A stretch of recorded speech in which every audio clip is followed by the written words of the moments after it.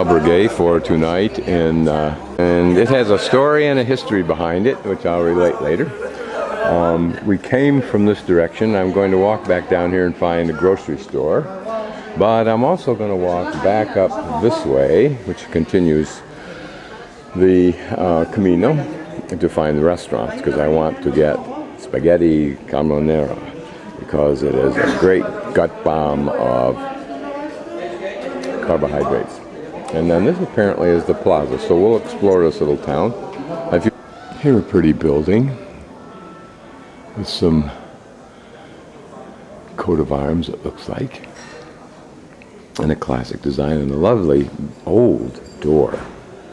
You wonder, does that door swing open entirely when anyone enters? It looks like it does. Now what's interesting is in the Oficina de Tourism is also a very nice little exhibit that's Chinese. Apparently there's also another Chinese exhibit in the cathedral. She was a little bit defensive when I asked her why. She said, why not? Little Peregrino whimsy, reflecting the seashell on the top, the staff, of course, of the pilgrim, the shoes, the bag, an old bag, and some kind of little canteen actually functions as the spout for the fountain. And in this instance, a person rode a bicycle, perhaps. This is a cute little courtyard and homes right opposite this our little albergue, with this little parklet for the neighborhood. Perhaps one of the most well-run albergues I've been in. This one is I believe, a municipal one. It's free, or at least you're asked to put in donations. I handed him a 10. He gave me back change for it, taking 6. I gave him one more on top of it. 1831, looks like, for this building. So this is Plaza Mayor, o de España. Nice looking building. This looks like it's designed for some kind of show. And I think this is the cathedral behind me. I just walked down past the side of it.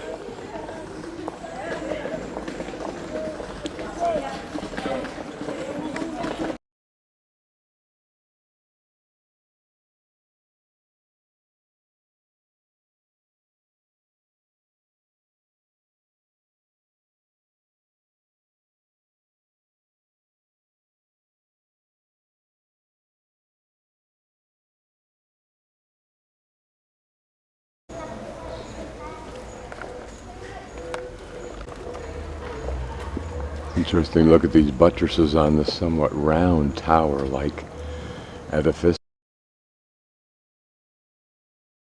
So apparently this is the cathedral, and next to it is the grand tower here. We'll pan up and take a closer look.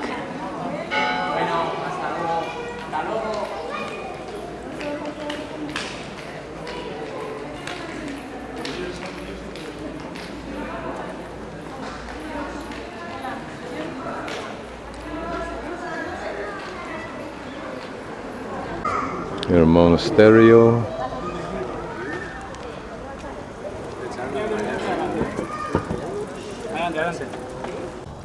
We can't go in the monastery, so we go in by video.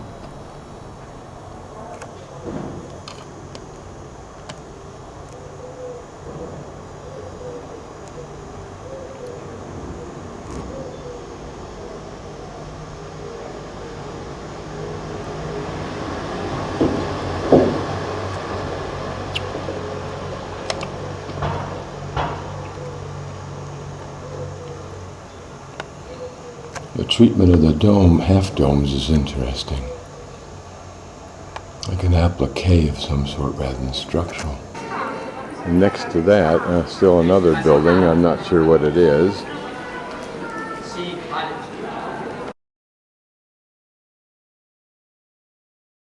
Well, having chosen to climb to the top of whatever this is, here's the view. Those might be the remains of walls and towers protecting the city in the past.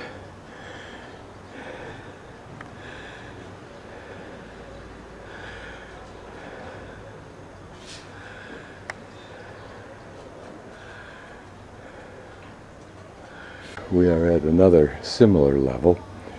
You can see that there's been some past construction removed from this wall. Here's the back side of a stained glass. Curious looking even from this side. Here we look down into the square. Not all that impressive, but neat for a small town. And another view of the tower. Here, a close-up view of a slope of some sort for this roof. What was inside here, I don't know. I'm guessing we're looking at the top of a dome.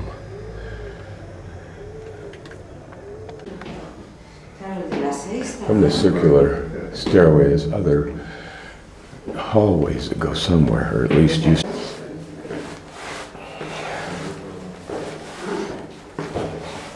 From here we get some interesting views.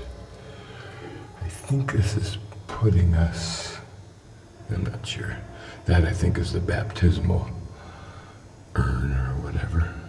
I think the altar is beyond us there, beyond this. I forget what the name of this wall is. And we can see a labyrinth of other stairways and window viewpoints and so forth that we don't have access to.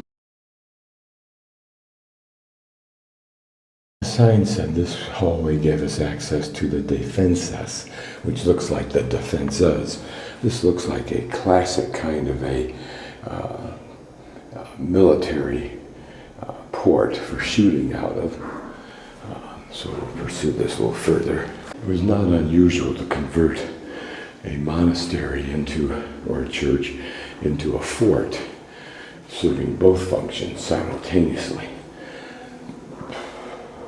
The church was not without its enemies, including the entire Muslim population at one time. But all of these little windows might have been just firing defensive ports, although they don't appear to be. You can imagine either young monks and or young soldiers skipping lightly up these stairways. So here's the site of baptisms. And of course, we had the view looking down from somewhere up there. Those windows there, of course. And this is a little bit confusing to me because normally the altar is right about where I am, and all the mucky mucks of the church sit in these incredibly beautiful carved wooden seats.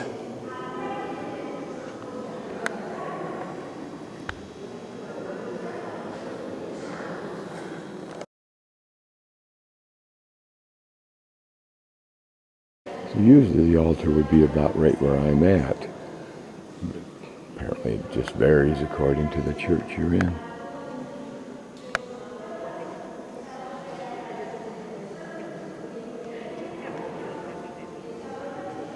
You wonder what those holes were for. Were there lamps suspended from each of those?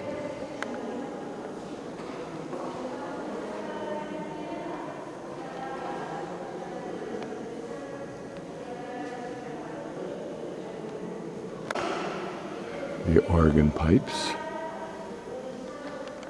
I always love the different vantages that you have in these churches.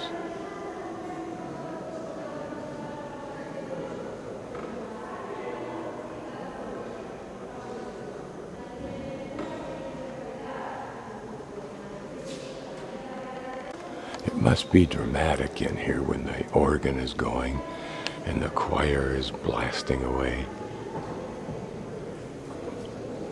With all this regalia about you, the lofty ceilings and rising columns, it must be inspirational for those who already believe, as opposed to we heretics. Here at the very east end of what should be the east end of the church. And this, I believe, a famous wooden cross hanging perilously by a thin wire over those who walk underneath it. Again, a perspective.